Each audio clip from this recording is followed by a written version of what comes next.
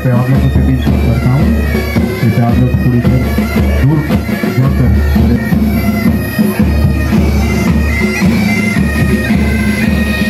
उसके बाद competition Ireland में हुए थे আজি আমাৰ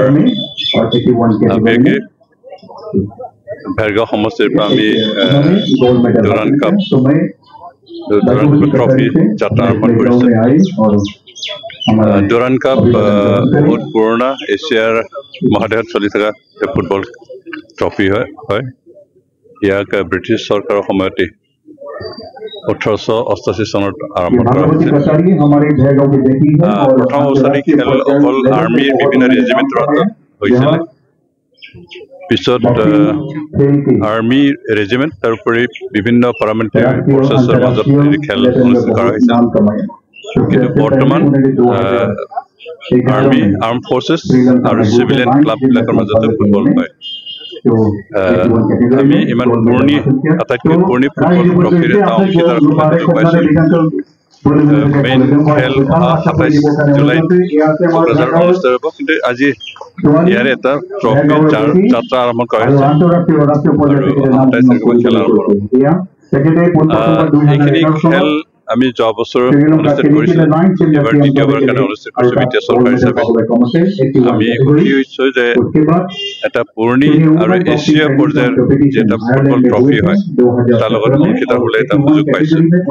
গতিকে ইণ্ডিয়ান ইউনিভাৰ্চিটিত তেনেকুৱা এটা ব্যৱস্থা আমাৰ ইয়াত অনুষ্ঠিত কৰিবৰ কাৰণে সুযোগ দিয়াৰ কাৰণে, আৰু ইয়াক আমি বিশেষকৈ অনুষ্ঠিত কৰিছোঁ যাতে আমাৰ উঠি অহা চামে ভাল ফুটবল খেল দেখি খেলৰ যি কৌশলখিনি যাতে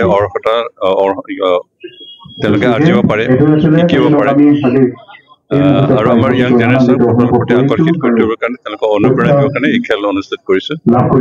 যথেষ্ট খৰচ হয়, কিন্তু তথাপি আমি খেল অনুষ্ঠিত কৰিছোঁ আৰু আৰ্মী সৈন্য বিভাগ ইউনিভাৰ্চিটিত তেওঁলোকে সহযোগী হিচাপে আমাক সহায় কৰাৰ কাৰণে আজি আমাৰ ইয়াৰ পৰা যাত্ৰা আৰম্ভ হ'ল আৰু বিভিন্ন ঠাইত তেনেকৈ যাত্ৰা আৰম্ভ হ'ব।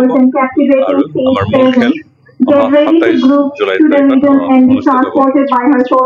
যোৱাবাৰ চেম্পিয়ন আমাৰ নৰ্থ ইষ্ট ইউনাইটেড চেম্পিয়ন আছিল। এইবাৰ 20টা টিমে অংশগ্ৰহণ কৰিব।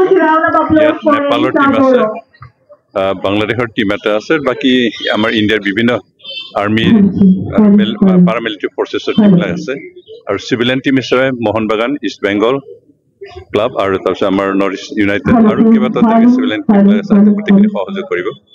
আমি এটা উন্নত পৰ্যায়ৰ খেল দেখিবলৈ সুযোগ পাইছোঁ, সেইকাৰণে আমি ইয়াকে ধন্যবাদ দিছোঁ। এইবাৰ নিশ্চয় আমি পাম আৰু দুটামান খেল যিহেতু আমাৰ ইয়াতে অনুষ্ঠিত হ'ব। আমি সঁচাকৈ এইবোৰ খেল চোৱাৰ জৰিয়তে আমাৰ উঠি অহা চামক ফুটবলৰ প্ৰতি আকৰ্ষিত কৰি তুলিব পাৰিব আৰু তেওঁলোকক ফুটবল খেলাৰ জৰিয়তে নিজকে প্ৰতিষ্ঠা কৰাৰ এটা সুযোগ আমি দিব সক্ষম হৈছোঁ। সেইকাৰণে আমি সুখী।